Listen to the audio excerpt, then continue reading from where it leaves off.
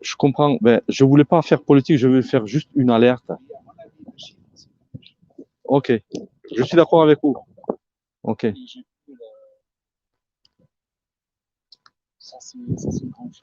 Ouais, ouais. C'est très important. Je vais essayer d'écrire aujourd'hui à eux, avec les chiffres, avec les preuves, tout ça. Je sais pas, parce que eux, ils réagissent pas. À l'inverse, eux, ils sortent, ils appellent la police, ils l'ont dit que voilà, arrêtez-lui, on va porter plainte. Je sais pas. Merci, merci. Здравствуйте, дорогие друзья. Я Мурат Курбанов, лидер ДВТ. Вот зацените мои плакаты.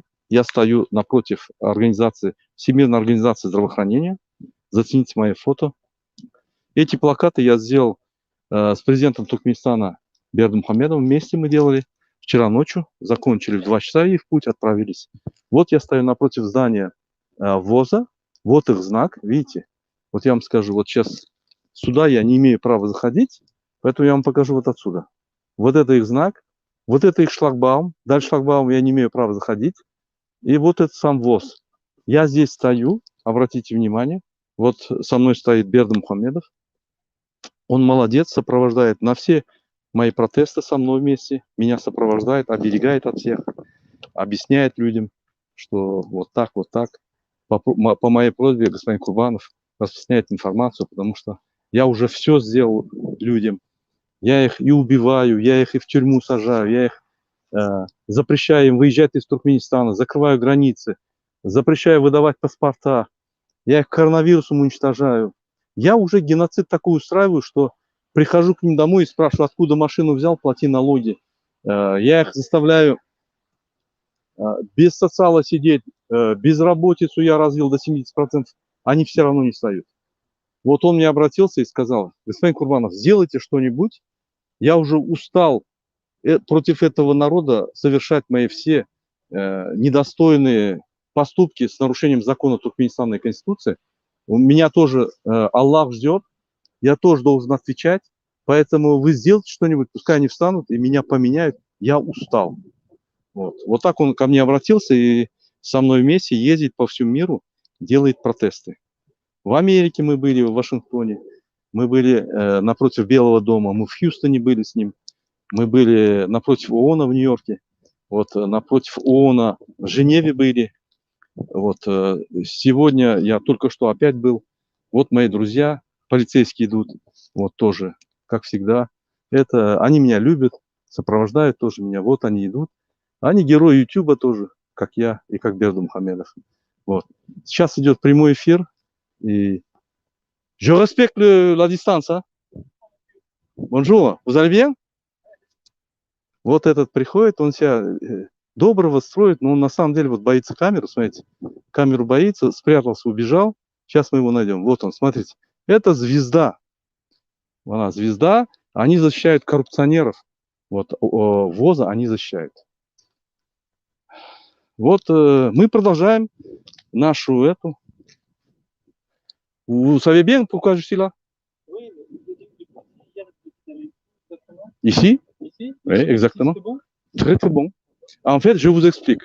Si vous ne comprenez pas, je vous explique. Là, c'est ça la distance. Cette distance, je ne dois pas traverser. C'est votre truc entre la mairie et vous. À partir de là, je suis à la mairie. Voilà. Et si vous voulez venir ici me intervenir, vous allez être star sur YouTube. Voilà. Non, mais il n'y a pas de souci. On est juste voir si tout allait bien. C'est tout. Si vous voulez m'apporter de l'eau ou manger, ça sera gentil de votre part. Voilà. Ok? Très bien. Très très bien. Merci. Monsieur, bonne journée. Pareillement, merci beaucoup. Он говорит, вам полиция вчера указала, где вы должны стоять. Я ему опять разъяснил все. Мне приходится их обучать, потому что им очень трудно понять. В их истории никогда не было человека, который вот так протестовал. Они даже не знают границ своей территории. Граница их территории, вот смотрите, вот это заграждение, да, вот оно. Вот оттуда, вот этот вот знак, вот ООНовский, смотрите, вот он. Вот с этого момента, вот с этого угла этого знака, да, это их территория. Вот отсюда это уже мэрия. И я имею полное право здесь находиться и делать. Он пришел, мне хотел объяснить, что я не имею права здесь бастовать. Я ему объяснил, правила и законы. Он извинился, я ему сказал, вы знаете, почему я здесь? Он говорит, да, вот, если вы мне хотите помочь, вот эти лозунги надо распространять, пригласите ваших друзей, или же принесите мне воду и сэндвичи. Он посмеялся, сказал, нет, я не против вас.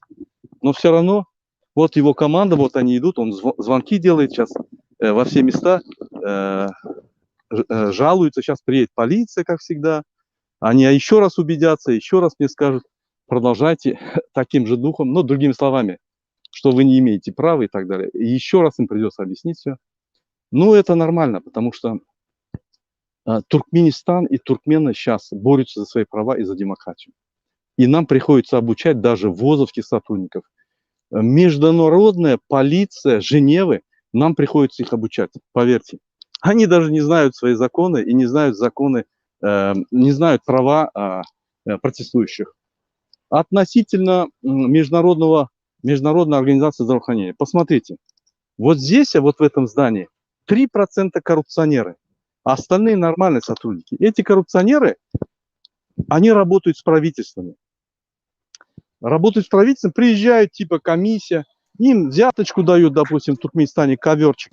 Берут эти ковры, там в хороших гостиницах, отелях спят, им не показывают население, 2 комитетчика выходят, говорят, что у нас все нормально и так далее. По ливовым больницам, они знают, что их обманывают.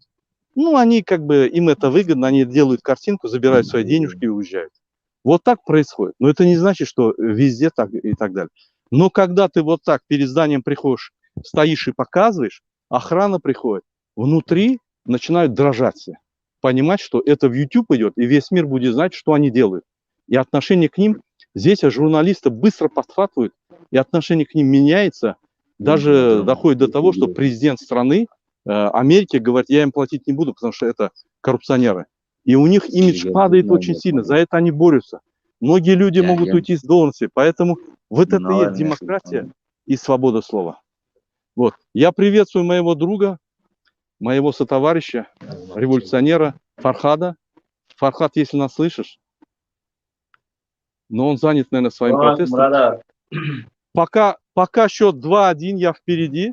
Я сделал протест возле ООНа только что, сейчас вот уже возле ВОЗа. Сегодня я уже сделал 2 протеста. Пока я впереди, но он меня догонит. Он молодой, здоровый, сильный. И по протестам он профессионал. Selamünaleyküm vatandaşı. Aleykümselam. Bizden başladık protesta yani oyun içinde vatandaşlar devam edeceğiz. Hemmeniz nesip olsa başlansınız diye fikir edeyen başlayacak olanlar vardı. Buram şu yerde şu gün nesip olsa yakında videolar çıkar. Bizim İstanbul'da yine de halk köpçülüğü bir protesta yapacak deyip tek haber yok. Havar olunca çıkar. İnşallah Muhammed Ağalar bugün yine de protestoda deyip umut edeceğiz. Yine hazır Murat Kurbanov Ceneva'da, ben İstanbul'da, Muhammed Ağa'da New York'ta. Vatandaşlar izah yol yok dinle biz protestolarımıza devam edeceğiz. İçeride öyde olalı, dışarıda olalı, nerede olsak olalı dinle protesto, dinle dinle diktatörü yıkmalı. Ey ben içinde oldum. Tüvür plakatın boyunca teniyonde. Men berde Berdimuhamedov bilen seyret. Şol onun yanına eýen bir protest geçirdik. Häzir biz WOZ'un öňünde, ýa-ni bütün dünýä halkara gurumanyň öňünde protestler geçirýär. Biz häzir şu günlükçe Farhatdan 2-1 öňde, sebäbi ikinji protestimiz. Farhat indi birinjisine başlaýar. Ýöne Berdimuhamedowyň aýdyşyna görä, Murat häzir reklama eder, polisiýany çağırdım, häzir polisiýa gelmeli. Sen bizim protestimizi reklama eder, arxin molay diýişi. Şoň üçin indi söz sizden İstanbul aýdy beriň. Ava bize hazır 2-1 izah aldık. Yöne nesip olsa yana bir saatten sonra yana bir protestimiz var. Olam Özbek kanalında yani Germanya'da yaşayan Özbek jurnalist bilen yana bir protestimiz var. Ona mailleştirdik. Nesip olsa Murat Kurbanov atlayın baran yerine şekilde varar diýişýaly. Bize 2-2 bolarız. Yana 1-2 saatten. Kalmayacak olarız. İstanbul'da olsa. Tüweleme. Bizim Amerikanlar bilen şu protesti yine bir ýerine geçirecek şu ýerde. Şoň üçin şotçuk 3-1 barar. Şu günlükçe men pikirimçe mende mümkinçilik var. Protest boýunça İstanbul'u ýeňmek nesip bolsa şoň urunna Biz hemme Berdimuhamedov ikimiz hemme güýçlerimizi goýarys. Şu protestlarda Türkmenistan boýunça dünýäde şu günlükçe birinji ýerde bar ýaly. Sebäbi ol meň ýanymda milli lider bar. O milli liderim mine suratyny görüp dursaňyz tügeleme Anladım. hakyky liderimiz protestlarda da lider. Hemme işte şu yapışan da adamla tügeleme o özüne nime diýe ukypylar. Şu bir zat haramlyk ýatamak üçin, paraxorluk etmek üçin, protestlarda meň bilen çykmak üçin ol hakykatdan hem professional diýsen bolýar. Şu boyun almaly. Dogry diýmek. Şoň üçin Farhat İstanbulda başga oglanlar protest geçirjek oglanlar barmy? Şular näme diýerler? Ýa-ni protestler boýunça. Öýde de biz misal hükmünde görkezdik.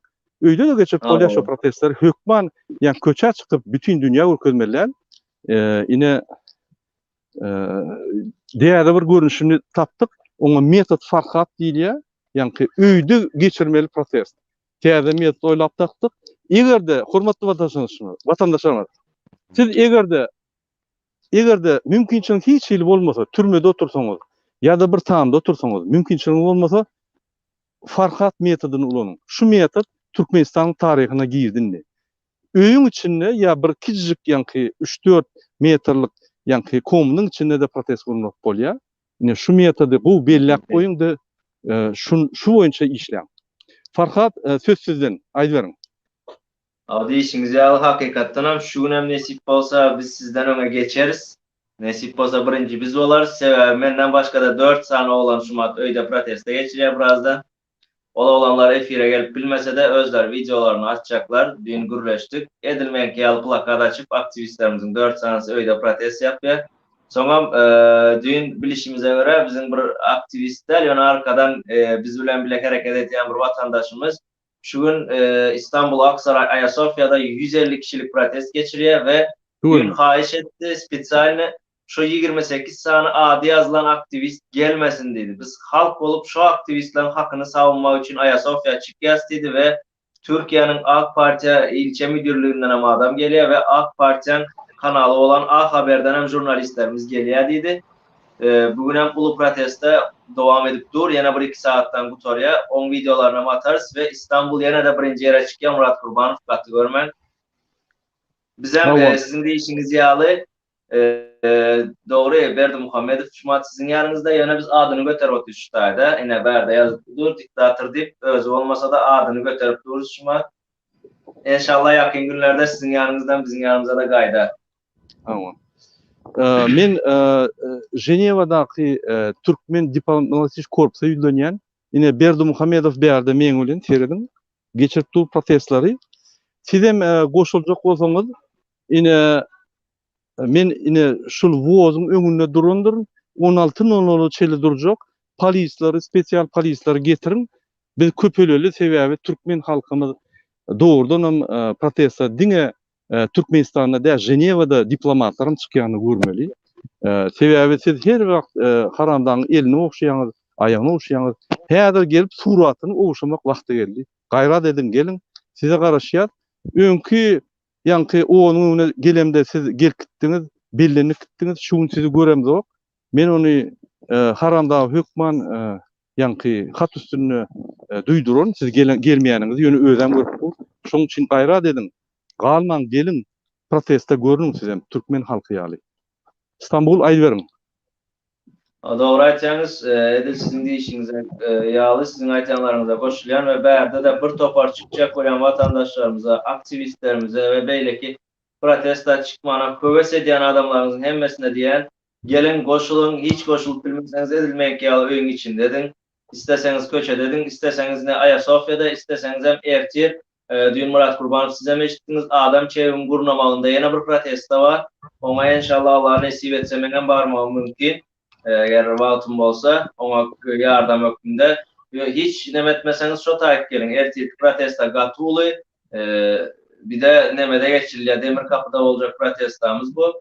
Gaty uly ve o protestada 6-7 ýurtdan ýani Turan ülke birliginiň gatnaşan ýurtlarynyň hemmesinden adamlar gelýär, kameralar gelýär. Şoň üçin erteki protestga gelseniz o ähmiýetem, bähbiden bizim üçin dünýä ýüzünde de gaty uly bir protesta bolar diýip umyd edýäs nesip bolsa. İstanbul'da vatandaşlar protestalar durdurulan bugün ertir bir gün her gün indi ta şu Berdimuhammed yolları açıp Türkmenlere bizim istedik sosyal problemalarımızı çözýänçe biz protestalar durduramyzok ve yine şu taýda bir täzelik aýdyp geçmekçi şu bizim Pasoystwanyň Türkmenistan migrasiýa hakyndaky kanunyň 29-njy maddasynyň 3-nji bölümine laýyklykda berilmeli 5 ýyllyk 10 ýyllyk zagran pasportlar bermän baştan sowma edip 6 aylyk 1 ýyllyk pasportlara peçat durup uzaldyp berýänliginiň onuň yalanlygynyň üstü açyldy. Näili yalan sebäbi o pasportlar Türkiýeden başga ýerde ýörenok. Şo 1 ýyllyk 6 aylyk pasportuny uzaldyp alan vatandaşlar daşar ýurda çykyp bilenok. Diňe Türkiýeň içinde gitmeli wagtam diňe Türkmenistana gidip bilýär. Onuň ham hakykatdan ham yalanlygy subut edildi we şumat pasportlaryny 1 ýyllyk, 2 ýyllyk, 6 aylyk uzaltýan vatandaşlarymyza da yüzlenýän. Gitmen, uzaltman sebäbi o uzaldan pasportuňyz bilen siz Türkiýeden başga hiç ýere çykyp bileňiz ok vatandaşlar. Onam arada bizim şu vatandaşlarımız aeroporta gidende göç idarasyna baran wagty aýdypdyrlar beýle peçat bilen bizi issat kabul edemiz ok. Bu yalandan urulan ýani Pasoystwan, konsulstwan edýän bir oýny diýip aýdylypdyr. Şondan ham habaryňyz bolsun vatandaşlar. Olaryň uzaltýas diýende inanyp baryp öz pasportlaryňyzy zaýalamaň. Aslında kanun boyunca bize täze pasport vermeli. Birazcık savur etseniz biz size Birleşen Milletler Guraması'nın hak hukuk koruyucu guramaların taýarlanan anketasını hödürläpdik. 4 listeden ibaret olan Rus dilinde yazılan anketa. Eğer başarsanız şu anketaları biz paýlapdyk. Yine isleseniz paýlap bilýäs. Şu anketaları doldurun ve yakın arada nesip olsa 29'unda, Oktyabr'ın 29'unda geçirilecek şu konferansiyada inşallah Murat Kurbanov düýejilerin gatnaşmagynda yani geçirilecek konferansiyada şu pasport meselesi hem çözülecek. Şonuň üçin hem häzirden özüňiziň elinizdäki zagran pasportlaryňyzy konsulstwan yalan oýny bilen zaýalamaň. Şonu hem size aýdyp geçeýin. Bizim edýän protestamyzyň esasy sebäbi hem şol. Konsulstwan Türkiýedäki 1 milyon migranty oýunjak edip pasportlaryny zaýalap ýörenliginiň sebäbi we diktator Berdimuhammedowyň hem ýollary açmaýanlygynyň sebäbi. Şonuň üçin hem bu protestalar durdurulmaya, başka da gatnaşmak gelmek isteýäniniz bar bolsa, gelip gatnaşyp öz öýleriňizde ýüzüňizi açmasaňyz hem şeýle plakatlary görkezip çykyş edip bilersiňiz vatandaşlar. Sağ ol Farhat. Men orçada aýdyn, ors diline diňleýän vatandaşlarymyz bar. Men düýün gürleşdim. Amerikadan haýyş edýärler, orçada aýdyp durun biz düşünýämiz ok diýip. Orsetde de vatandaşlarymyz bar. Ors dilini gowy bilýänler. Дорогие товарищи, дорогие друзья, дорогие туркменистанцы, вот возле меня стоит на плакате, висит Бердимухамедов. Вот мы с Бердимухамедовым проводим протест напротив ВОЗа для того, чтобы сделать сигнал им, что в Туркменистане умирает больше 1000 человек в день. Ситуация с коронавирусом опять обострилась после парада военных, после того, как он собрал Бердимухамедов всех людей. Заражение пошло очень сильными темпами идет. Поэтому мы с Бердимухамедовым здесь протестуем возле Всемирной организации здравоохранения. Я показывал недавно сзади меня эту Всемирную организацию. Возле меня также находится вот в кадре Фархад. Он изобрел метод. Это называется метод Фархада. Значит, это манифестация и протест делается дома. Смотрите.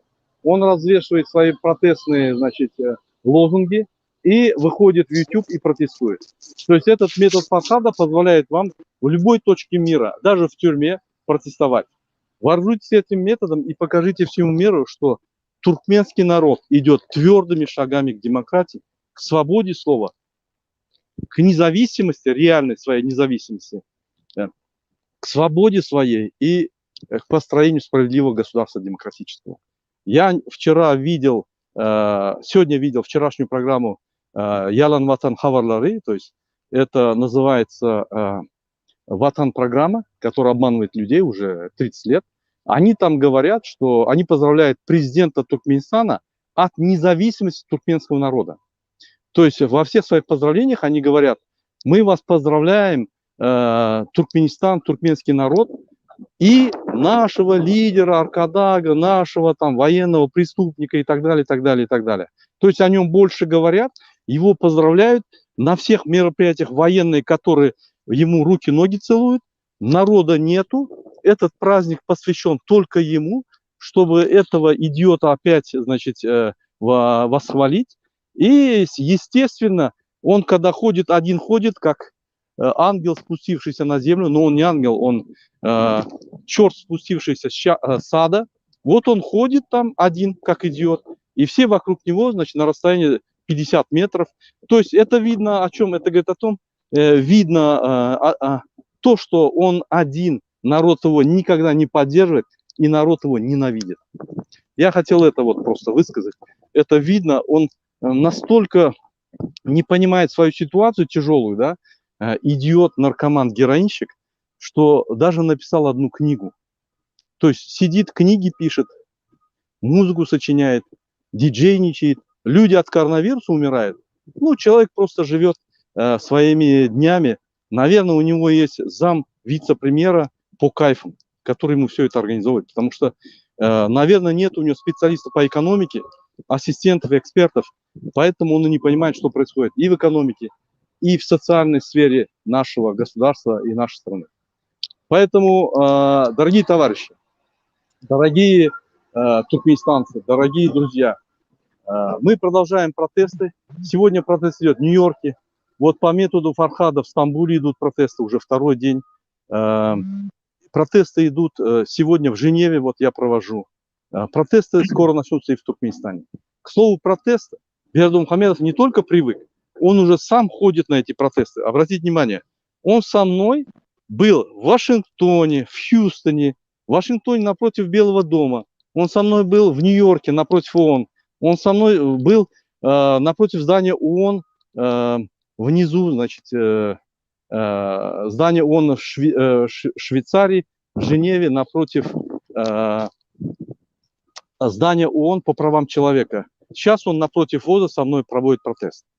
Поэтому объединяемся, проводим протесты, используем метод Фархада, но не стоим. Мы идем твердо вперед, и мы должны быстро покончить с этим режимом, непонятным, идиотичным, который не использует разум человека.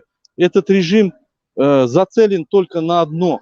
Как больше восхвалить этого идиота и как больше сделать идиотские условия для туркменского народа. Я слово предоставляю Стамбулу. Стамбул, вы на связи. Murad şu talebenin burada yana burada aydık geçeyim. Eğer mümkün olsa siz onu yankı gürleşiniz ya Rus dilinde getirip verin. Eğer vaktiniz olsa 2 minut. Bu bizim Rusya'da, Ukrayna'da okuyan studentlerimiz, taliplarımız için Cumhuriyet Rusya'nın Astrakhan şehrinde, Moskva'da pasportlar uzaldırılıp diye ediliş İstanbul'da bolşayalı 1 yıllık ve studentlere 1,5 yıllık uzaldık periyot diye. Yani şunu Rusya'nın Ulyanski, Saratov, Saranski, Tula şehirlerindeki studentler uzaldıp alanlar şu ayda $50 geçirilen pulu geçirtmek için şu pasportun suratını uğradan da Türkmenistan'ın bank işgərləri, vilayetlarda ve merkezde işleyen bank işgərləri, Türkmenistan'ın migrasiya qulluğu yankı pasportu tasdiklamandır ve biz böyle pasport bilen böyle peçadurluq uzaldılan pasport bilen size pul geçirip vermeyəz deyip hakikaten şu özlerinin yani daşar yurttaki pasoystovanın diktaturan hüküm etmeyinde bir kanun ediyenliğini Türkmenistan'ın içindeki hükümetem şumat tasdiklap dur diye. Şunun için şu taliplara da yüzleniyəz. Eğer mümkün olsa şu anketaları doldursunlar. Pasportlarını uzaldıp hazıra pul geçirdik bilmeyeler ve yine 6 ay 1 yıldan sonra aksine olmaklara mümkün. Çünkü birinci, ikinci, üçüncü kursta okuyan taliplarımız son kurslara geçmek için Kaneşli Zagran pasport gerek. Uzaltmak için ona uzaldıp bilmez Zagran pasportdan böyle nelegal niyadaydı onlarla için onların aksine düşmekleri öz okuyan üniversitelerinden ayrılmakları mümkün. Şuna çok hopan bir duyduruk geçseniz burada. Bu hakikat yönü, hakikat şu Türkmenistan'da hazır bolup duran zat. Özlere başta ettirdiler ve inden bir kanun edilen iştip Türkmenistan'ın hükümeti kabul eden okşa edilen zatlar, studentlerin pasportlarının uzaldılarını. Bolo. дорогие туркменистанцы, особенно вас это касается, дорогие студенты, вот Фархад, который изобрел метод Фархада, предупреждает вас, что студенты из Саратова, Казани и других городов России со своими продленными паспортами, значит, на паспорте отметку ставится, что он действительно до конца 2022 года пытались получить свои деньги в банках, пытались переводы делать, пытались какие-то юридические акты проводить, административные какие-то вещи проводить, и им сказали, что у вас паспорт не действительно, это Филькина грамота, это говорит о том, что вы можете только домой ехать с этим паспортом, он не работает для всех административных процедур, поэтому он предупреждает, скоро у вас денег не будет, потому что по этим деньгам вы не сможете деньги получить и не отправлять не сможете. У вас деньги кончатся, через несколько месяцев вас заставят отчисляться. Поэтому есть анкета специальная, ее надо заполнить и отправить в ООН. Вы нам отправьте, а мы ее дальше в ООН отправим. И этим самым мы докажем, что есть очень много людей без паспортов. И вам надо копию паспорта тоже отправить, чтобы показали мы, вот такие незаконные действия используются. И с этими действиями туркменское правительство поняло, что оно опять попало в историю. Поэтому в Туркменистане начали понимать это, и они не знают, как с этого выйти. Но вы знаете, когда машина закручивается, она работает, пока она не умрет. Поэтому этот метод они используют, но уже они не знают, что делать. Так как президент сказал, надо это выполнять, а сами не представляют, что это их приводит к тому, что еще хуже абсурд появляется. Вот. Вот этот месседж Фархад попросил вам передать. Я передал. Дорогие туркменистанцы, я бы хотел еще вам напомнить одну вещь. Вот Ватан-программа, вот на Ватан-программе очень много информации относительно всех мер, которые осуществляет типа президент. О нем больше информации дается, как он дышит, как он песни пишет, как он поет, как он книги пишет и так далее. Ничего нету, как живет наш народ. Ничего нету, никакой информации нету, как он мучается, как он умирает, какая эпидемиологическая ситуация в Туркменистане, сколько человек умерло, какая ситуация по больным, сколько заразилось, сколько вылечилось, сколько в реанимации людей. То есть эти данные все скрываются. Я недавно в своих выступлениях доказал, что есть двойная бухгалтерия, и она далеко не соответствует всем статистическим данным, которые представляет Туркменистан во все организации международные. Поэтому Туркменистан – это липовая страна. Туркменистан, правительство Туркменистана – это липовое правительство. Нету в Туркменистане правительства, нету в Туркменистане государства. Есть территория Туркменистана, есть народ, который мучается. Все эти независимость, нейтральность Туркменистана получена только с одной целью, для поддержки культа личности одного идиота, президента, и все зациклено и заточено на него, чтобы его сохранить и поддержать. Независимость он отмечает от народа. Он не отмечает праздник независимости с народом вместе, он не поет с ним вместе, не ходит по больницам, не помогает им, не встречается с людьми в этот день, кому плохо, не дает подарки людям простым, не отмечает их заслуги. Он отмечает заслуги псов своих, правоохранительных органов, которые атакуют активистов, они больше ничем не занимаются. Они защищают Берда Мухаммедова, незаконно избранного и нарушающего законы. И они защищают его племянников, которые на улице ловят девушек, насилуют и убивают. Вот все правительство и все награждения и праздник независимости Туркменистана. Независимость от туркменского народа он отмечает один. Поэтому он ходит один, вокруг него никого нету, он один. Вот. Хотя он здесь со мной сейчас, но в Ватан-программе он ходит один. Поэтому долой этого президента, долой двойную бухгалтерию. Нам надо нормальное государство, которое работает логичное, адекватное, продвинутое, которое использует все мировые технологии, мировые системы, политическую, экономическую, социальную модель ведущих европейских стран. Мы должны приблизиться к Европе. И в планах ДВТ, когда мы, если сможем прийти к власти, если наша команда будет управлять государством, один день, если это случится, конечно. Если это не случится, мы будем настаивать в парламенте, чтобы Туркменистан с Европой подписал специальные документы, чтобы каждый туркмен в любое время мог взять паспорт, купить билет и улететь в Европу без всяких там виз и так далее. То есть 6 месяцев он может там находиться без проблем, без виз, взял билет и полетел. Как европейцы летают в Америку, как Украина, которая территориально находится в Европе, вошла в этот состав. Мы хоть в Средней Азии, мы будем пытаться подписать соответствующие специальные постановления и межправительственные документы с европейскими странами, особенно с Европарламентом. Их ратифицируем, чтобы каждый туркмен в Средней Азии, единственно туркмены, смогли спокойно поехать в Европу, что они не будут представлять угрозы Европе. Наоборот, они покажут Европе, насколько они грамотные, защищают законы своей страны и уважают законы Европы. Посмотрите, туркмен в Европе обучает полицейских законам и прав протестующего. Это же уже сдвиг. Это показывает, что туркмены, они борются за свои права и борются за права даже полицейских здесь, в Женеве. Дипломатический корпус из-за моего двух визитов в Женеву, он много что узнал. Он теперь приходит, как раньше, тебя не обвиняют террористом, начинает на законы смотреть, артиклы читать. Вот. Он уже начинает как бы уважать эти законы, понимает, что протесты и протестующие, у него есть свои законы, и их согласовывать с ними не обязательно. Потому что мы находимся на общественном месте, на общественной территории, и законы, Конституция Женевы и других стран, то есть Швейцарии, позволяют нам проводить одиночные протесты как по всему миру, так и здесь, соответственно. Я слово предоставляю Стамбулу. Фархат. Hazırında yine bir zat var. Murad ağa sizin yani kaydanlarınızı hem koşup geçeyim.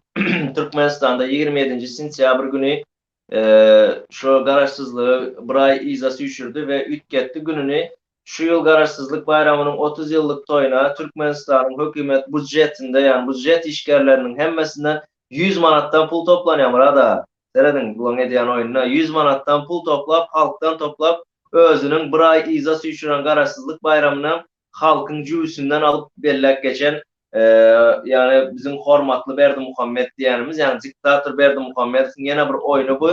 Bu birinci. İkinciden hem şu İstanbul'da yaşayan Türkmenlere 1 milyon Türkmenin hemmesine yüzleneyen seyredin vatandaşlar bu vatanın içinde Türkmenistan'ın içinde bir topar bir düzgünçülükler bir kanunçuluklara yol verenler seyretmezden olam yetmedik yalı çıkıp İstanbul'da da bir topar bir düzgünçülüklere yol verdi. Has glavni adamın şahsiyetini ölçüp duran elindeki biyometrik pasportunu alıp ona sıravda olan yağdayında kanun boyunca 5 yıllık vermeyen yerine ol nemetti 1 yıllık 1,5 yıllık nizakonunu uzaltırıp verdi ve o pasport bilen Türkmenistan'ın daşa yurttaki migrantları, okuyan studentleri hiçbirisi işlerini edil zagran pasporttaki yalı doğru düzgün bercay edip bilen oklar. Ve ona da hazır bir topar vatandaşımız bunu uzaldandan son göz yetirip kaldılar. Bu pasportları uzaltayan bizim konsul işgərlərimiz bir kanun yağdaydı $29, $30 şu bir peçat için. Bir yekece peçat için $29-30 tölev aldılar. Bundan başka da o aslında biz şu 1. Ağustos'ta var protest edip şu tarihte pasoyistvanın içinde bunt durandan son şu tölevi de almalı değil ettiler. Onam görsek akazılsak kanun boyunca bulam alınmalı değilken eziz mehruban Türkmen halkımız, eziz vatandaşlar biz daşarı yurtta, Avrupa'da, İstanbul'da biz kanunun azacığın bolsa %10%'den bolsa yerine getirilen yerinde birazcığın bolsa indi gözümüz açılar vakti geldi. Edil Türkmenistan'ın içindeki yalı özümüzü samsıklığa salıp daşarı yurtta bir öz haklarımızı talep etmeyen şeyde pusupucurluktan sebepkarları yani şulan pidakarları bolmalı deyip sizden Türkmenistan'ın daşarı yurtta yaşayan migrantlarından xahiş ediyorum. Ben başka da indi açacak zadım yok. Burada yine de şu protestolar ve devam edip dururuz. Okay. Dine öne icada yol yok. Dine birleşelim. Okay. Bir olalı ağzı bir olalı. Okey. Yine Berdi Muhammedov'un adından men gurulacak bolyan bana xahiş etdiğinizce men adımdan düşündür halka deyip. Yine biz düşündürüyat. Biz neyemçi protesta çıkıyat. Biz neyemçi şunu yağlı yankı bir kançola karşı görüşüyat. Bizim maksadımız neyeme? Şu neticesi neyeme? Şu boş rahatlar ne hiç da getirmeye diyenlere ine cevap. Siz Arqin Türkmenistan'da yaşap, goňşa owalar, sadaklara varıp, Lewapda otursanız balkana jaň edip, gel toýa, inim, agam, doganım, garyndaşym gellip, çağırıp, Arqin toýlar soğup, ýanky sadakalar soğup, isleýän wagty akşam ýanky kelläňide düýüp, ýerden bill alyp Ýewropa gitdiler ýaly. Isleýän wagty, isleýän döwletiňizde girip, ýanky gidip, yenide gelip, isleýän döwletlerimizde problem bolsa, siziň ýygyňyzdan diplomatik korpus ılgap size kömek eder ýaly. Siz Türkmenistan'a Arqin işläp, $800'dan $3.500 çelli orta bakanly aýlyklary alır ýaly. Egerde öz biznes edeniňizde $15.000'dan ýokary aýlyklar aýyna alır ýaly. Siz aýda 35-40 saat, 45 saatdan köp işlemedi ýaly. Şol 45 saatda alyp biljek aýlygyňyz $1.500'dan $3.500 çelli bolar ýaly. Türkmenistan'a ortaça aýlyk, minimal aýlyk, iň az aýlygy $600-800 bolar ýaly. Türkmenistan'a ortaça aýlyk $2.000 goloý bolar ýaly.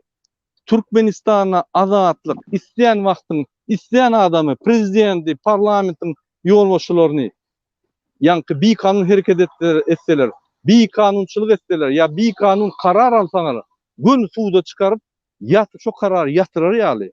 Siz Türkmenistan'da yaşap, Türkmen döwleti bir sany prezident üçin näle, Türkmen döwleti diňe halk üçin bolar ýaly.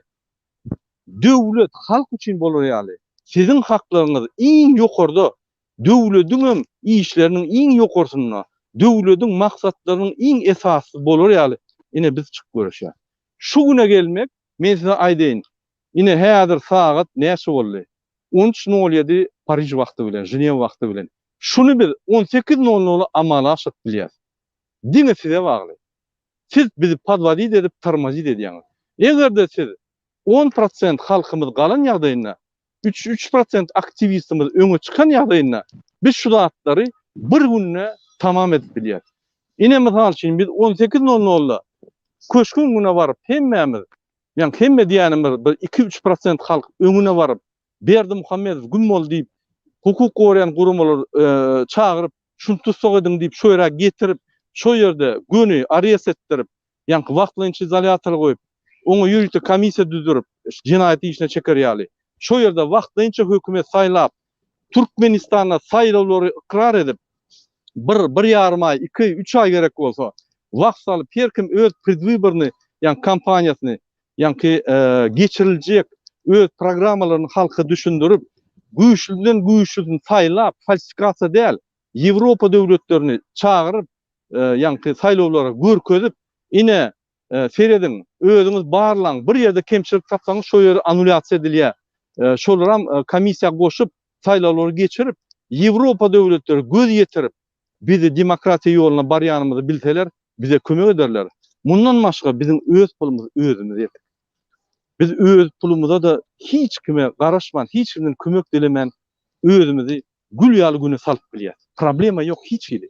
Şu ülkeýän pullary Berdimuhammedow we onuň garnaşlary ugrulap ýatýar. Bolmasa halka ýeten ok. Bu hal biz halka ýetirse halkymyzy baý eder. Esasy maksat halkymyzy baý, azat we adalatly döwlet kurmak. Azat etmek we adalatly döwlet kurmak. Ine şu zatlar üçin biz häzir çykyp ýatýar. Biz Farhad ikimiz we başga protesta çıkan adamların esası maksady size şu zatları düşündürüp size şu ýoly görkezip hemmämiz birleşip köşkün güne baryp Berdimuhammedowy bir kanun wezipetine oturan adamy kanun esasyna aýyrmak üçin konstitusiýada ýazylygy konstitusiýanyň iň üstüsünde halk durandyr. Eger halk üýşüp şunu aýyrmaly diýse bu tordy. Konstitusiýa boyun eğmeli şoňa Türkmenistan prezidenti konstitusiýanyň maşagyna olar gün boyun eğmeli. Ine şondan gorkýar Berdimuhammedow, ine şondan gorkýar protest edýän adamlara garşy görüşýär. Ol mysal üçin korrupsiýa eden adamlara garşy gorkan ok. Ya eline ýarg alyp geljek adama garşy gorkan ok. Sebebi ol gidlenler köşkde hemmeler waýny polojeniýa ederdi, olar atyp terrorist edip bütün dünýäde hemme opozisiýonlaryň maskarasyny berer. Ýöne bular protest edýänlerden gorkýar näçe? eli yaraksız, arkasına bütün dünyanı salıp gelip bilyen, bütün dünyanın güýçlerini getirip, meni köşküňüne getirip, suud ederler deyip şondan okdy. Ine bu misallar Kaddafi, bu misallar İran prezidenti, bu misallar bir topar prezidentler yıkılanna Ýewropada ine şeýle bolşar. Şoň üçin şundan gorkýar. Bizim sizi şoňa çagyrýar. Parahat ýolla. Şu deýýusi çagyryp, jogapkärçilik çagyryp, şu deýýusi ýanky kanun esasynda hemme eden halka garşy genosid işlerini öňe goýup jenaýat işe çagyrmak. Jenaýatyny bermek, jezasyny bermek şol adamga. Şoň üçin şu diňe şo däl, biz täze durmuş gurmaly, täze döwlet durmaly. Bestirini gorkup otyr taňda bir owadan beýlik owaga gidibilem dok, maska ýok, o ýok, bu ýok, iýişlik ýok, hiç zady gürläbilem dok. Bize sağlık goruş sistematynyň kömegi ýok, onu diýbilem dok. Barıp ölüp gidipdi. Ine siz ine öňe çykýaňyz, halky betbakçylyk salýaňyz diýäňiz, halk betbakçylyk etýär. Sana bilen dok mu daş döwürdäk ölýän adamlary? Hani opozisiýanyň içinde birini öldürdiler mi? Ya opozisiýa sebäpli birini öldürdiler mi? Ine Murat Gurbanow çykyş edýär, şoň üçin seni öldürýän. Yok, ya Farhat çykyş edýär, ine şoň üçin seni öldürýän. Yok olar ýa-da. Sizin dymyp oturuňyzdan adamlar ölýär. Goňşyň ölüp dur koronavirusdan. Sen günäň şol. Sen öňe çykyp aýdan bolsaň, biz şu sistemany çalışdyk. Biz sağlyk goruş sistematynyň iň ökde giden Ýewropa sistematyny alyp, Ýewropadan spesialistler alyp, vilayet ýani komissiýalar döwüp, şolar bilen bütün dünýäni gerek bolsa çağırıp bir topar adam halas edilerdi. Imsi motiýersiňiz, ay ýok, bulardan zat ýok, bular neme o prezident bizim hudaýymyz, siz bilen ýok. Bizim elini aýagyny näle başga ýerden ugşamaly. Şoň üçin biz ine wagtlaýynça ýorunyň aşagyna gillenýär. Gerek bolsa krawatyň aşagyna da ýerjek. Gurbanow, sen Ženewa bar, bizi gorkuzma, bizi gorkýar, sen olar ýazatlar goýan. Bütün dünýä gurulmaly. Biz olardan gorkýar. Biz korrupsioner, paraxor, ýeranç prezidentden gorkýar. Sen bize olar görkezme diýip aýdýaňyz. Hormatly watandaşlar. Bestirinde öz üstümizden adamlar güldürmeli bütün dünyanı. Bütün dünyanı Berdimuhammedowyň üstüne güldüreli. O disipline idiot. Ýöne biz idiot däle. Sen ine şu ýerde Ýewropada bir ýeriň bir kanuny bozkör. Derrew çykyp sen işiň görýär. Sen prezident bolup, sen Gurbanow bol, sen beýlek bol, işiň görýär. Ine şoň üçin bu ýerde kanun bozduran oklar. Bularym dym otursa, bäram Türkmenistan edil çat bolýar. Gat çat bolýar. Näçip Türkmenistanyň kanunlary işlenok. Siz Ýewropada siz aňsat. Ýok, o bize kyn berde birine bir näde doğru bir zat diýsen, ine türme batýarlar. Menim şu ýerde bir zat eden bolsam, men terroristlik basardylar. Men kanun bozamok, men hormat goýan we beýlege de hormat goýdurýan. Siz öz kanunlaryňyzy, siz öz haklaryňyzy hiç wagt goraňyz ýok, onsoň ay Türkmenistanyň mümkinçilik ýok. Maňa jaň edip ýöýte misallar getirip aýdýarlar. Ine men şunu etdim. Ol edilýän bolsa, sen näme edilen? Men aýdyn size. Inni at maskalyň sany 100-den geçdi. Goýuň o inni. Men at maskalar diýip ýöýte wide etdim. Inni goýuň o hakyky bize paraxor döwleti gerek. Biz Ýewropada, Amerikada pul gazanýar. Bize wygodna Türkmenistanyň ýagdaýy pes bolsa, biz $100, $200 iý bersek, şolara ummasyz köp. Ýöne biz 5.000, $10.000 aýlyk alýas. Biz şokoladda gelip ýörüs. Türkmen halkam näme şeýle ýagdaý. Bizim gardaşlarymyz gowy galany bilemok, işim ýok. Ýanky diýip gelip ýöler daşynaklar, içindäkilerim şu daşyna ýanky çokunup, Berdimuhammedowa çokunup daşynyň gelen pullary ýaşap ýörler. O ýaşaýyş mundan. O bir-iki aldymak. Goýulyň indi. Näçip Türkmenistanyň kanunly işlenok. Siz bilýäňiz, men size açyk edemok. Türkmenistanyň öýde oturup, ýanky işiň bolmasa, sen günäň däl ol. Türkmenistanyň prezidenti ve Türkmenistanyň hökümeti günäsi. Siz arada ýazyp, Türkmenistan hökümetine satsal almaly. Ministersiýa ekonomika size hökman suratda pul bermeli. Ýanky sizi ölmän saklamak üçin sebäbi döwlet ýolbaşçylygy şolarda. Mysal üçin maşgalaňyzda ine bir maşgala bar 6 adamdan. Şoň ejet kakaty işleýär, 2 saat çagyty işleýär, 4 çagyty işlenok. Olar aç ölmeliler. Şu işleyenler şu kömege diye ýanky maşgaly ýolbaşçy hökümet suratda hemme büdjet hasaplaýardy, produkta şoňu da alyp gerek bolsa pulum berýär, şol ölmez, normalny duýar ýaly. Hökümet hem şeýle. Hökümete gelen yol başı bizim maşgalan yol başy. Şu maşgalda bir pulsuz ya ağaç olsa yine hökümet maşgalan yol başı şoňa pul berýär. Bar şunal gel özüňe şunal me çörügi meni şul diýip berýär. O zatlar konstitusiýada ýazylgy. Siz şu zatlary bilen kimde pul bolmasa, iş olmasa göni häkimlige baryň. Häkim Türkmenistanyň prezidentiniň wekili şol. Türkmenistanyň karary bilen bellenen. Şoňa aýdyň menne iş ýok. 5 saat çağanma özüm ayalım işlemdok. Yine men arzam maňa Türkmenistanyň minimal aýlygyny hasap edin 5 adama maňa berin ayma ay yine men şodum diýip arda ýazyn. Etmese ýa-ni min ekonomika ýazyn. Iqtisady ministri olam etmese göni suwda gidin. Prokurora we suwda gidin. Yine men ajotyl maňa kömek eden oklar. Yine şu sözleri men özüm aýdanym ok. Yine Berdi Muhammedowam tasdikleýär seredin. Tasdikleýär şu aýdan zadymy. Şoň üçin oňa sosial kömek diýilýär. Türkmenistanyň konstitusiýasyna şo bellenen. Men ýörise çykyş eden şu arada haýsy ýa konstitusiýanyň maddasyna esaslanyp şol arzaňyzy ýatyp bilýär.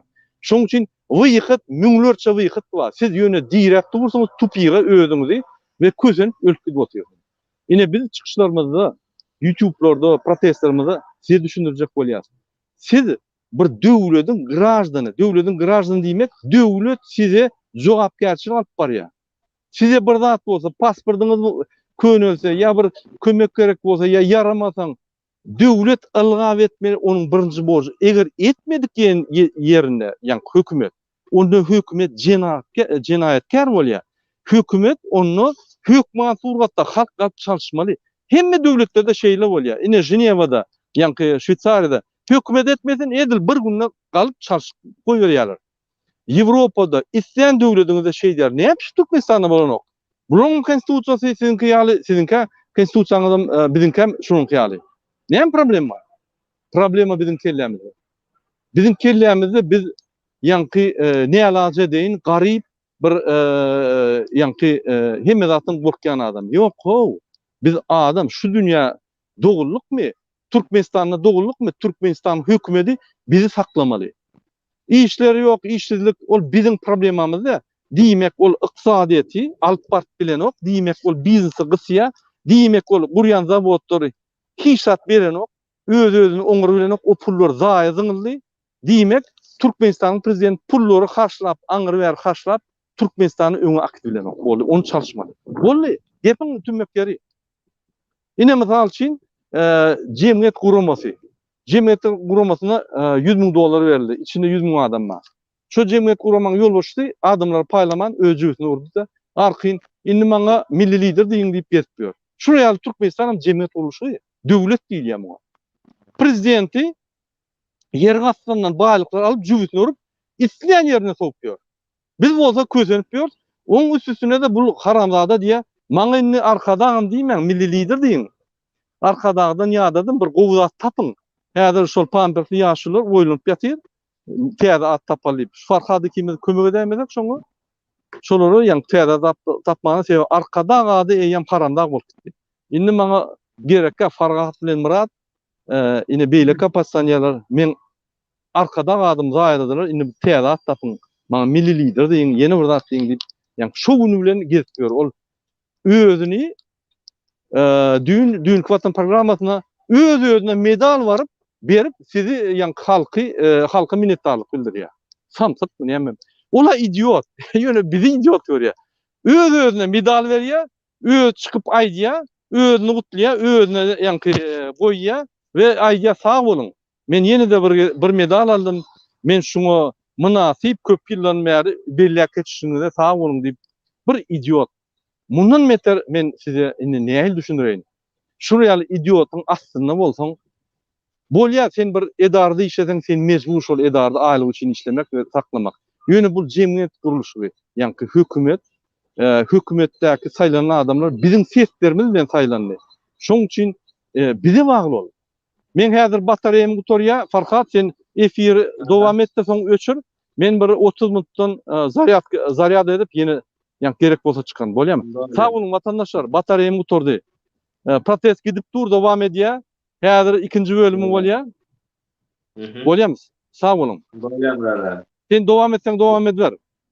Menem 1-2 minut devam edeyin, soň menem siz giren wagt ýene girip beraber devam edersiz. Germaniýa reportaj bermeler şoň üçin. Vatandaşlar, Edil Murat Kurbanov'un deyişi ýaly indi oýanmaly wagtymyz geldi. Indi etmeli işlerimizi, yani ekranın yüzüne çıkıp gürlemeli, zatlarımızı gürlep bolduk diýsegem bolýar. Indi diňe hereket etmeli vatandaşlar. Hemmemiz bir bolup birleşmeli ve diňe öňe gitmeli. O Berdimuhammedowyň edýän işleriniň hemmesiniň ýalňyşlygyna hemmemiz hem göz ýetirdik we şonu dolu we dolu derecede ýankyny suwd edip görkezdik biz, aktivistler we opozitsionerler. Şoň üçin hem hemmemiz birleşeli, bir bolaly, halk, opozitsioner, aktivist hemmemiz bir bolup barsak, Murat Gurbanowyň diýişi ýaly kakoýt 2 ýa-da 3 satyň içinde bu ýurdumyz, bu watanymyz, bu özümizin baýlyklarymız öz elimizde. Şoň üçin 3 saatlyk azap dip, 3 saatlyk protesta dip tutuş ömrümüze 30 ýyllap geldik. Edibilmän indi bir şu zady ýola goýaly vatandaşlar, edeli sebäbi 3 saat bizim ömrümüzi, жизнimizi polny başga bir жизна çalyşyp bilýär. Bu 3 saady hemmemiz ýok diýmesek, bir agızdan hemmemiz çıkan wagtymyz şu iş polny 100% bitýär. Hemmemiz birleşeli ve şu işi bitireli vatandaşlar. Men açacaklarım şundan ibaret. İstanbul'da protestolar yine devam ediyor. Yine sanlıca saatlerden, minutlardan biz yine efirde görüşürüz. Hoş, sağ olun. Sağlıkta görüşelim vatandaşlar.